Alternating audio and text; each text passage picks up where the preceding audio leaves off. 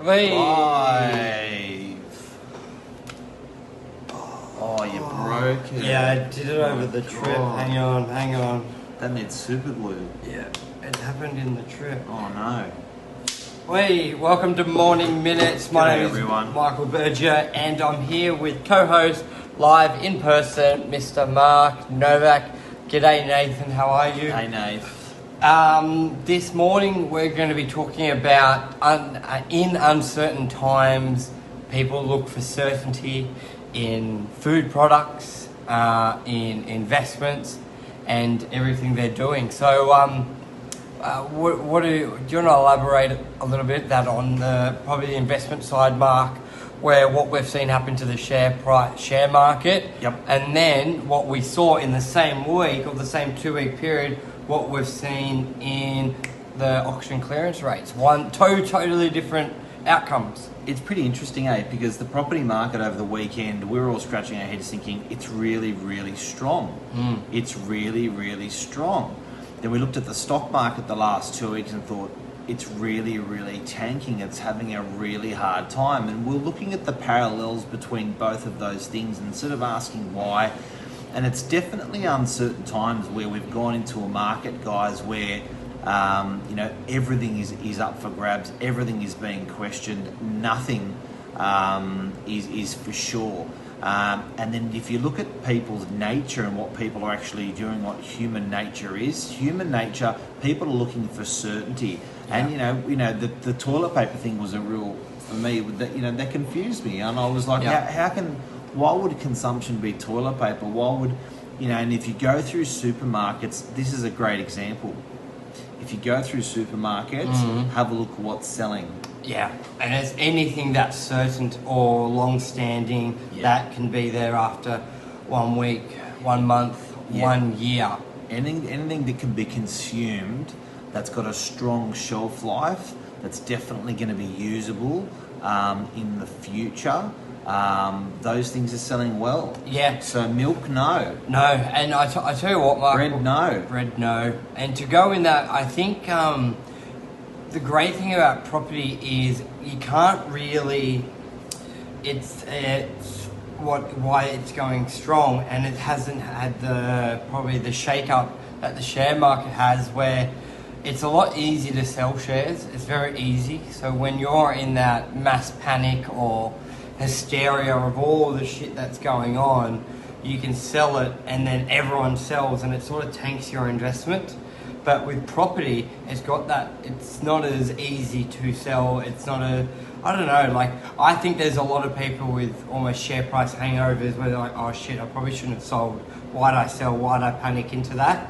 And I think property is quite resilient to that, because you can't really sell it overnight. You can't sort of wake up one morning. You've got to get things prepared. So that where it makes it a lot stronger as well. But what you said this morning, Mark, really resonated, where it's like, don't focus on being an expert on something that probably won't be here in 3 months or 6 months or 1 week. When you look at SARS, when that epidemic happened, there hasn't been a case since. So a lot of people are taking their focus off their work, off their careers, focusing on this coronavirus, when the reality is, even if you became an expert at it, what are you going to do? What are you going to do with that? So focus on what you can succeed in, or what does have an impact to you. If you're an expert at corona, what would you do? Yep. But Yep. if you take that, if by you focusing on that is taking away from something else, which could be your livelihood, for example. Definitely. And that consumption, or that, I think if you get it's, and we spoke about it before, it's like doing a degree that you're never going to use. I think the message has been very, very clear of what we've got to be doing with corona. It's very clear how it's going to affect us. It's very clear what we've got to do. Full stop. Yeah.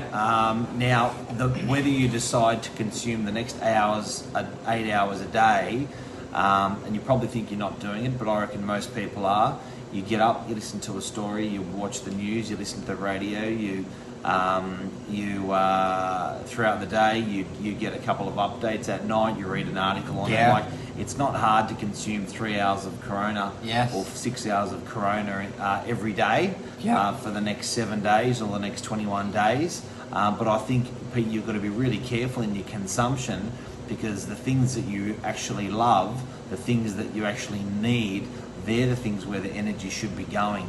And I think, I know we're real estate agents, we're always spruiking real estate, but the great thing about real estate is, everyone's heading for the hills and heading home. Home is more valuable. It's more you still need a roof over your head. With all this going on, you still need a roof over your head. So that's where there's going to be demand for rental properties. There's going to be demand for continue for sale properties.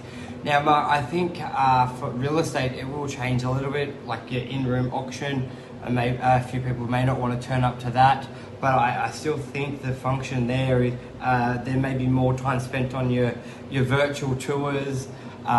Social media will be big. Social media with property will be consumed more than ever. Yes.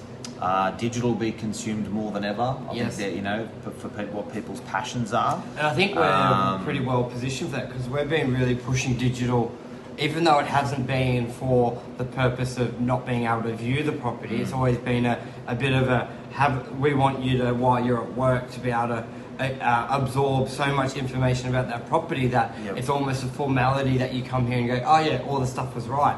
Because when you start seeing, I think there's always a gap in the gap in the industry where you had your professional videos and photos, but then you got reality. And social media, through the videos, the live out there, has really bridged that gap from what a video looks like, what a property looks like, to reality. Which is now going to enable people to rent properties. We've been doing this already, renting properties without people seeing them, based on our live videos.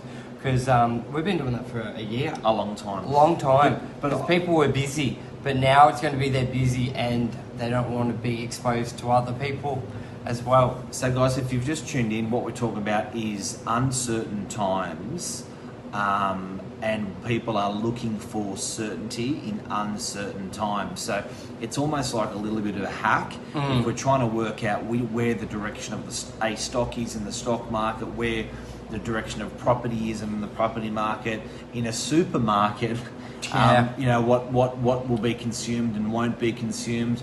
I think travel has proven that it's not a need or a necessity in these times. So people can actually conferencing and stuff like that, they can pull back on it. But I think food, I think entertainment's an interesting one, because I think consumption for entertainment is probably going to go up, particularly Netflix, places like that. I think internet. I think that the necessity items are going to just go like that, and things that we can actually shelf are just going to go like that. But I think it's also, this is a great time if people were a bit like hesitant on getting on social media or digital. This is now that kick up the butt to do it, or you won't have a business. And I think, like, having chats with just Lee Woodward, where, like, okay, if conferencing is dead, the face-to-face with 1,000 people in a room, like, that was already happening because the people were busy. Now the virus is brought that time frame up a lot quicker. But the demand for that knowledge is still there. The consumption will still be there, but you've got to deliver it in a different way, just like through Open Homes live